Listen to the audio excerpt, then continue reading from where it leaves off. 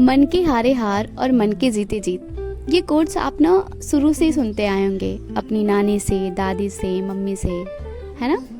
ये जो कोट्स है ना, ये शुरू से हमारे मन में ना ऐसे भर दिया जाता है कि मन के हारे हार है, मन के जीते जीत। और ये पता है, जब हम जैसे जैसे बड़े होते जाते हैं हमारी लाइफ में ये बहुत बहुत अहम भूमिका निभाती है। मतलब देखा जाए ना तो जब हम कुछ भी कर रहे होते हैं, पढ़ाई कर रहे होते हैं या लाइफ करियर में कुछ करना होता है या कुछ भी कर रहे होते हैं, तो वहाँ पे ये जो लाइन है वो हमें बहुत ज़्यादा मोटिवेट करती है कि, और ये बहुत ट्रू भी है कि ये चीज़ होती भी है।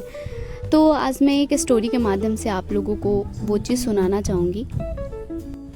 तो ये है कि मन के हारे हार और मन के जीते जीत, एक छोटी सी प्रेरणादायक कहानी जो मैं आप लोगों के साथ शेयर करना चाहूँगी। कार्तिक ने, एक लड़का था कार्तिक नाम का, तो मतलब कार्तिक ने बड़े उत्साह के साथ परीक्षा की तैयारी शुरू की थी, लेकिन वो टॉप नहीं कर पाया था, जिसकी वजह से वो बहुत उदास हो गया और निराश रहने लगा। वह अपने आप को असफल महसूस करने लगा। अब उसका पढ़ाई में पहले की तरह लगाव नहीं रहा और उसने पहले की तरह प्रयास करना भी छोड़ दिया था। कार्तिक की इस परेशानी का पता जब उसके अध्यापक को लगा, जो कि उसके मार्गदर्शक थे, तो उन्होंने एक दिन अपने घर बुलाया और पूछा, क्या बात है, आजकल तुम काफ़ी उदास रहते हो, परेशान रहते हो, तो और तुमने पहले की तरह जो मतलब हर चीज़ में, एक्टिविटी में तुम आगे रहते थे, वो अब नहीं करते हो, तो क्या दिक्कत है, मतलब क्यों नहीं कर रहे हो। तो मतलब जो कार्तिक था उसने बहुत ही उदास और बहुत ही सैड से बोला कि उसने दिन रात मेहनत की थी, पर जैसा वो चाहता था वैसा रिजल्ट नहीं आया, इसीलिए वो बहुत ही ज़्यादा परेशान हो गया और उसने मेहनत करना भी छोड़ दिया है। अध्यापक जो थे वो कुछ समय के लिए शांत रहे, फिर कुछ सोचकर उन्होंने उससे कहा कि मेरे पीछे आओ।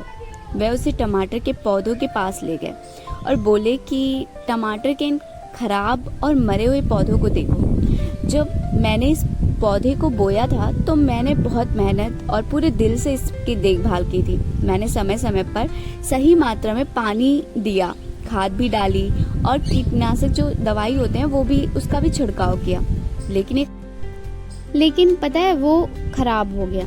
मतलब कि जैसा हम चाहते थे वैसा रिजल्ट नहीं आया। तो इतना सब कुछ करने का क्या फ़ायदा। तो उन्होंने, मतलब अध्यापक ने बोला ऐसा नहीं है। फिर उन्होंने एक दरवाजे की तरफ इशारा करते हुए कहा कि अब हम वहाँ चलते हैं और इस दरवाजे को खोलो और देखो। जब कार्तिक ने दरवाज़ा खोला और मतलब देखा तो सामने बड़े बड़े टमाटरों के ढेर पड़े हुए थे।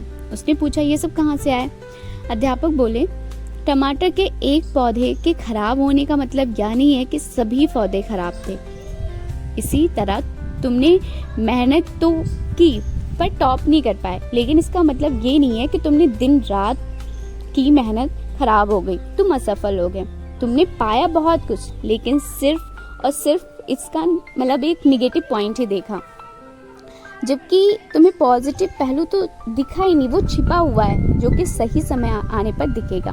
परीक्षा में लिखते वक्त कई चीज़ें मायने रखती हैं, जैसे कि लिखने की स्पीड, तबीयत, मनोस्थिति और भी बहुत सारी चीज़ें होती हैं।